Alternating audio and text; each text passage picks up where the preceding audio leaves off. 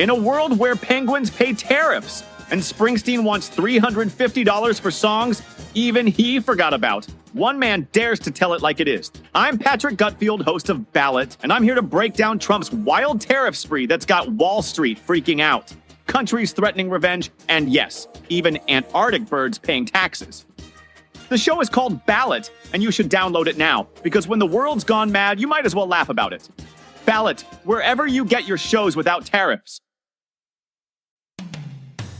Feeling overwhelmed by negative news? 5 Good News Stories is your daily dose of what's going right in the world. Like the 103-year-old granny who got caught speeding in her sports car because she was living life to the fullest, or the family who found their missing cat after 3 years when it showed up at their vacation rental.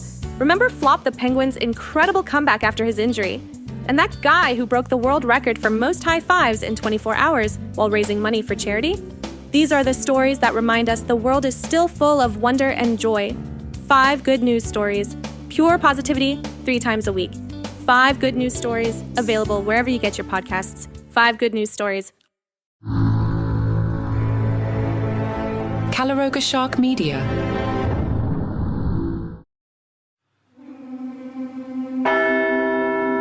What follows is not a definitive account of Vatican involvement in post-World War II escape routes for Nazi war criminals, but rather a careful examination of available evidence and testimony. The complex relationships described are based on documented investigations, declassified records, and journalistic accounts, yet many aspects remain disputed. We present one possible interpretation of these events while acknowledging that alternative explanations exist. This is not established fact, but an exploration of one of the most troubling chapters in Vatican history.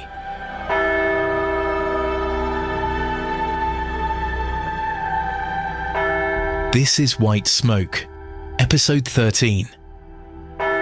Ratlines. Mercy and justice. Throughout history, these two forces have existed in uneasy tension within religious institutions. During the chaos that followed the Second World War, the Vatican's commitment to mercy, a core Christian principle, would be tested when some church officials may have helped notorious war criminals escape justice. By 1946, as the Nuremberg trials exposed Nazi atrocities to the world, a clandestine network emerged to help former Nazis flee Europe. This network, later dubbed the Ratlines, included various components: sympathetic officials in countries like Argentina and Spain, Red Cross employees willing to provide travel documents, and perhaps most controversially, certain Vatican officials who provided assistance. At the center of this web stood figures like Alois Hudal, an Austrian-born bishop based in Rome, and Krunoslav Draganović, a Croatian priest with ties to the Ustasha regime, responsible for some of the war's most horrific atrocities. Operating from the margins of Vatican authority, yet with access to its resources, these men would facilitate the escape of war criminals, including Adolf Eichmann, Josef Mengele, Klaus Barbie, and Franz Stangl. Today, we examine how segments within the Vatican became entangled in these escape networks. We explore the complex motivations behind this assistance, the brave individuals who attempted to expose these activities, and how these events continue to challenge our understanding of one of the world's oldest institutions. This is the story of the Ratlines, and the moral compromises made in the shadow of St. Peter's Basilica.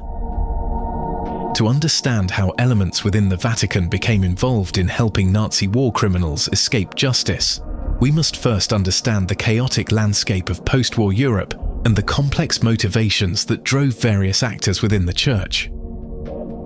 By 1945, Europe was awash with displaced persons, refugees, former prisoners, soldiers, and civilians whose lives had been uprooted by 6 years of devastating war. Amid this humanitarian crisis, many organizations, including the Vatican, worked to help resettle millions of displaced people. The International Committee of the Red Cross issued travel documents to those without papers, and various religious organizations provided support and assistance. The Vatican's involvement in refugee assistance was substantial and largely humanitarian. Pope Pius XII had established the Pontifical Commission of Assistance specifically to address refugee needs. Most of this work was legitimate humanitarian assistance to countless innocent victims of war and persecution. However, within this vast humanitarian operation, certain individuals saw an opportunity to help those who had perpetrated war crimes escape justice. It's important to note that while some elements within the Vatican hierarchy were involved in these activities, this did not constitute an official Vatican policy. Rather, these operations were carried out by individuals with varying degrees of autonomy, often acting according to their own convictions or agendas. The motivations behind these actions were complex and varied. For some, like Bishop Alois Hudal, ideological sympathy played a role. Hudal had shown pro-Nazi sentiments before and during the war. In his 1937 book, The Foundations of National Socialism, he had praised aspects of Hitler's ideology. After the war, he remained convinced that Nazism had been a necessary bulwark against communism. For others, nationalist sentiments were paramount. Croatian priests like Krunoslav Draganović were primarily concerned with helping fellow Croatians escape retribution for crimes committed by the Ustasha regime, which had aligned with Nazi Germany and carried out its own campaign of genocide against Serbs, Jews, and Roma people. For many Vatican officials involved in the Ratlines, anti-communism was the driving force. As the Cold War emerged, they viewed former Nazis as potential allies against what they perceived as the greater threat of Soviet communism. Many saw themselves as acting in the interests of Catholic solidarity and resistance to Soviet influence, especially as tensions rose in the early Cold War period. Their assistance to war criminals was not motivated by sympathy for Nazi ideology per se, but by strategic calculations in an emerging geopolitical conflict. And for some, it may have been simple corruption, providing assistance in exchange for money and valuables that war criminals had looted during the conflict. These various motivations converged to create a network that, while never officially sanctioned by the Vatican hierarchy, nevertheless operated within its orbit and utilized its resources. The extent of official Vatican knowledge and approval remains debated by historians, but the evidence suggests that at least some higher officials must have been aware of these activities. The Vatican's geographic and diplomatic position made it an ideal hub for such operations. Located in Rome, it was a natural transit point for those fleeing from Northern and Eastern Europe to Mediterranean ports. As a sovereign entity, it could provide certain protections and diplomatic privileges, and its global network of Catholic organizations provided connections that could facilitate travel and resettlement in distant countries. These factors combined to make elements within the Vatican a crucial component in what would become known as the Ratlines, the escape routes that allowed some of the war's worst criminals to evade justice and build new lives in places like Argentina, Paraguay, Bolivia, and the Middle East. The most prominent figure in the Vatican's connection to Nazi escape routes was Bishop Alois Hudal, rector of the German-language Catholic Church in Rome, Santa Maria dell'Anima. Hudal's pro-Nazi sentiments were well established before the war, and his position in Rome gave him significant influence within Vatican circles dealing with German affairs. After the war, Hudal openly dedicated himself to helping former Nazis and fascists escape justice. In his memoirs, he admitted to helping fugitives with false identity papers, viewing it as an act of Christian charity toward those he described as persecuted by Allied authorities. While Hudal claimed to have assisted many thousands, historians generally believe the number was lower, though still significant. His memoirs, while valuable historical sources, must be approached with caution, as not all of his claims can be independently verified.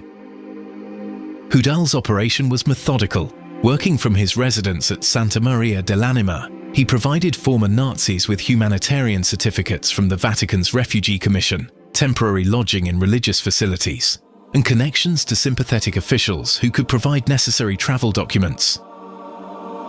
He maintained contacts with Argentine officials willing to grant visas and with shipping companies that could transport these fugitives across the Atlantic. Among those Hudal personally assisted was Franz Stangl, the former commandant of the Treblinka death camp, where approximately 800,000 Jews were murdered. Stangl later recounted his escape in detail to journalist Gita Sereni, describing how Hudal provided him with a Red Cross passport and funds to travel to Syria and later to Brazil. Another key figure was Krunoslav Draganović, a Croatian priest who operated from the Pontificio Collegio Croato, the Croatian seminary in Rome. Draganović had served as an official in the Ustasha regime, which had conducted a campaign of genocide against Serbs, Jews and Roma people in Croatia during the war. After the war, he became the primary facilitator for Ustasha fugitives seeking to escape Europe. Draganovic's operation was even more extensive than Hudal's. He maintained connections with Argentine officials, including those close to Juan Perón, who actively recruited former Nazis for their technical expertise. Draganović also developed a sophisticated processing system for fugitives, providing them with new identities, appropriate documentation, and connections to sympathetic communities in South America. Perhaps the most notorious beneficiary of Draganovic's assistance was Klaus Barbie, the butcher of Lyon, responsible for the torture and death of thousands in occupied France. With Draganovic's help, Barbie received Red Cross travel documents under the name Klaus Altmann and eventually settled in Bolivia. The activities of Hudal and Draganović were not carried out in total secrecy. Reports from Allied intelligence agencies indicate awareness of their operations, and some efforts were made to monitor and disrupt them. However, emerging Cold War priorities often diverted attention from Nazi hunting. Indeed, some former Nazis, particularly those with intelligence value, were recruited by American and Soviet intelligence agencies, further complicating efforts to bring war criminals to justice. It's worth emphasizing that while US intelligence agencies had knowledge of the Ratlines, many officials turned a blind eye to them because of the perceived value of these former Nazis as anti-communist assets in the emerging Cold War. This intersection of geopolitics and justice created an environment where war criminals could exploit competing priorities to evade capture. The extent of Vatican knowledge about these activities remains a subject of historical debate. Hudal and Draganović operated with some degree of autonomy, but they also utilized Vatican resources and connections. Their activities involved numerous other clergy members and required access to facilities and documents that typically would have required some level of institutional approval.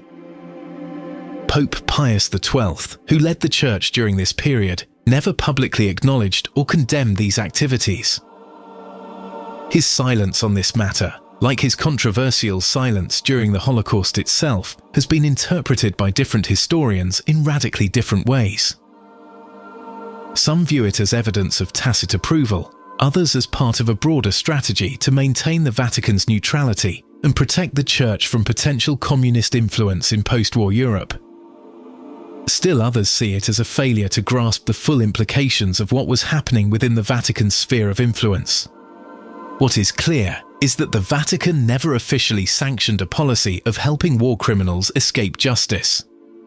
Yet elements within its structure provided crucial assistance to Nazi fugitives, creating a moral contradiction that continues to challenge our understanding of this period in Church history.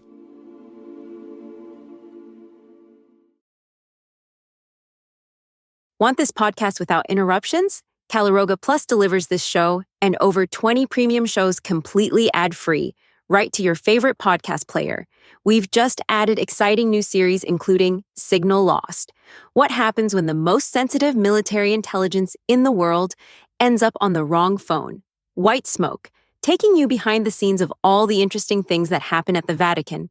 And Pager Protocol, a thriller about getting exploding pagers into the hands of the bad guys. Plus, receive all your existing favorites like Palace Intrigue about the royal family, daily comedy news, 5 daily trivia questions, and 5 good news stories. Apple Podcast users, simply tap the banner in your Apple Podcasts app that says, Uninterrupted Listening, Spotify and other players. Visit caliroga.com/plus. If you missed all that, check the links in the show notes. It's just $4.99 a month for no ads. Listen on any device. on any player you love, completely hassle-free. In a world of smartphones and quantum computing, the fate of nations rests on technology from the past.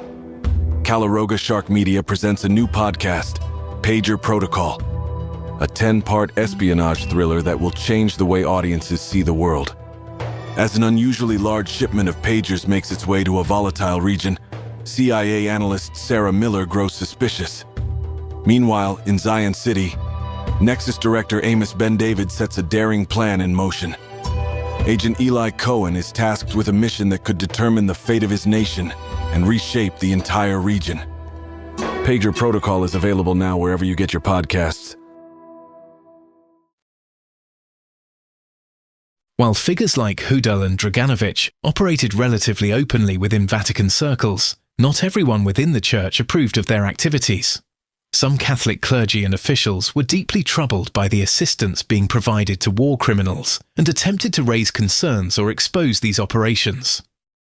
One such figure was Father Robert Graham, an American Jesuit who worked in the Vatican Secretariat of State. Graham later became a historian of Vatican diplomacy during World War II, and while defending the overall record of Pope Pius XII, nonetheless acknowledged that certain Vatican officials had helped Nazi fugitives. His research represented an early attempt from within the church to confront this troubling legacy. Another significant voice was Cardinal Eugene Tisserant, a French member of the Roman Curia who had opposed Nazism during the war. According to some accounts, Tisserant expressed concerns about the assistance being provided to former Nazis and Ustasha members, though his ability to influence events was limited. Outside the Vatican, Allied intelligence agencies were aware of these escape routes. The US Counterintelligence Corps monitored the activities of Draganović and others, compiling detailed reports on the mechanics of the Ratlines. However, Cold War priorities often superseded Nazi hunting. By 1947, American intelligence was more concerned with combating communism than tracking down Nazi fugitives, especially those deemed potentially useful in anti-communist operations. The most consequential challenge to the Ratlines came not from official investigations, but from a private Nazi hunter, Simon Wiesenthal. Having survived the Holocaust himself, Wiesenthal dedicated his life to tracking down Nazi war criminals. His work helped expose the escape routes and the involvement of various institutions, including elements within the Vatican. Wiesenthal's pursuit of Franz Stangl provides a compelling case study. After learning that Stangl had escaped Europe with Vatican assistance, Wiesenthal spent years tracking him to Brazil, where he was finally arrested in 1967, nearly 2 decades after his escape. During his subsequent trial in Germany, Stangl described in detail how Bishop Hudal had arranged his false papers and facilitated his escape. Wiesenthal's efforts were pivotal, not just in tracking down Stangl, but in raising broader public awareness about the Ratlines and the escape of Nazi war criminals. These exposures came too late to prevent most Nazi fugitives from escaping Europe, but they did eventually force a reckoning with this chapter in Vatican history. By the 1960s, both Hudal and Draganović had lost much of their influence. Hudal was removed from his position at Santa Maria dell'Anima in 1952, though the official reason given was his advanced age rather than his assistance to war criminals. Within the Church, there has been a gradual process of acknowledging this history. Vatican officials have opened portions of their archives to historians studying this period, though many documents remain restricted or classified. Access to these archives continues to be a point of contention among historians seeking to fully understand the Vatican's role in the Ratlines. Various church leaders have expressed regret for the assistance provided to war criminals by Catholic clergy, though no pope has made a comprehensive statement specifically addressing the Vatican's role in the Ratlines. Pope John Paul II, during his historic reconciliation initiatives, acknowledged failings by sons and daughters of the Church during the Holocaust, but did not directly address the post-war escape networks. The Vatican's public stance on this matter remains cautious and limited. The moral and ethical questions raised by this history remain profound. How could clergy who were aware of Nazi atrocities justify helping the perpetrators escape justice? How did they reconcile this assistance with Christian principles? And how should we understand the institutional failures that allowed these activities to continue for years after the war's end? The Ratlines represent one of the most morally complex chapters in Vatican history, a case where principles of mercy and forgiveness were applied in ways that ultimately obstructed justice for millions of victims. Understanding this history requires acknowledging both the individual moral failures of figures like Hudal and Draganović and the institutional context that enabled their activities. The consequences of the Vatican Ratlines extended far beyond the immediate post-war period, shaping both the lives of those who escaped and the countries where they settled. Franz Stangl, assisted by Bishop Hudal, lived for nearly 2 decades in Brazil before being captured, extradited to Germany, and convicted of mass murder for his role at Treblinka. He died in prison in 1971, having admitted his guilt but claiming he had merely been following orders, the same defense rejected at Nuremberg. Adolf Eichmann, one of the architects of the Holocaust, escaped to Argentina with assistance from the Ratlines. He was eventually captured by Israeli agents in 1960, tried in Jerusalem, and executed in 1962 for his role in organizing the mass deportation of Jews to death camps. Josef Mengele, the infamous Angel of Death from Auschwitz, also escaped via the Ratlines to Argentina and later Paraguay and Brazil. Despite being one of the most hunted war criminals, he evaded capture until his death by drowning in 1979. Klaus Barbie, assisted by Draganović and later by American intelligence, lived for decades in Bolivia before finally being extradited to France in 1983. He was convicted of crimes against humanity and died in prison in 1991. These individuals represent only the most notorious beneficiaries of the Ratlines. Hundreds of others, SS officers, Gestapo agents, concentration camp guards, and collaborators from various European countries also utilized these escape routes. Many lived out their lives in South America without ever facing justice for their crimes. The countries where these fugitives settled, particularly Argentina under Juan Perón, were transformed by their presence. Many former Nazis became involved in local politics and business, often supporting right-wing movements and military regimes. In some cases, they applied the same brutal techniques they had used in Europe against political opponents in their new homes. This had lasting implications for the political development of these nations, contributing to decades of authoritarianism and human rights abuses. For the Vatican, the Ratlines remain a deeply problematic legacy. The assistance provided to war criminals by Catholic clergy contradicted the Church's moral teaching and compromised its moral authority. This contradiction has been particularly difficult to reconcile, given the Church's emphasis on justice and human dignity in its social teaching.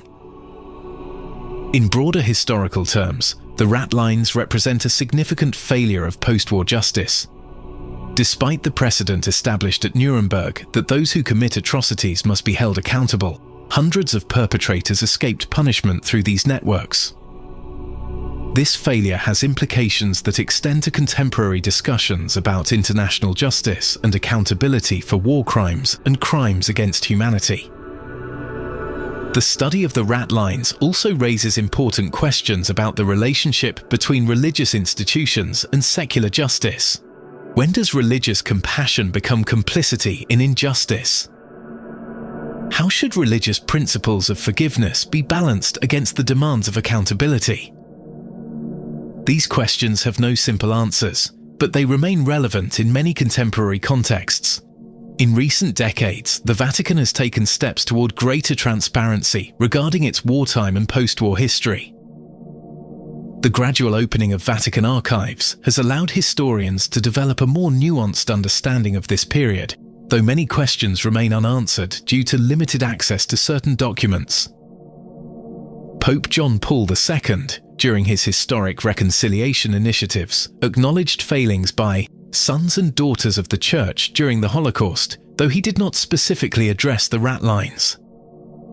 Subsequent popes have continued this process of historical reckoning, with Pope Francis emphasizing the importance of confronting difficult aspects of church history. The story of the Ratlines challenges us to consider how institutions respond when their moral principles come into conflict with political expedience or ideological commitments. It reminds us that even institutions founded on moral and spiritual principles can become entangled in morally compromised activities during times of crisis and transition. Perhaps most importantly, the history of the Ratlines demonstrates the importance of accountability, both for individual perpetrators of atrocities and for the institutions that might shield them from justice. The failure to hold Nazi criminals accountable represents not just a historical injustice to their victims, but a missed opportunity to establish more firmly the principle that crimes against humanity must have consequences, regardless of who commits them or who might shelter them. White Smoke is a production of Klaus Barbie Media, portions of which were made with the help of AI narration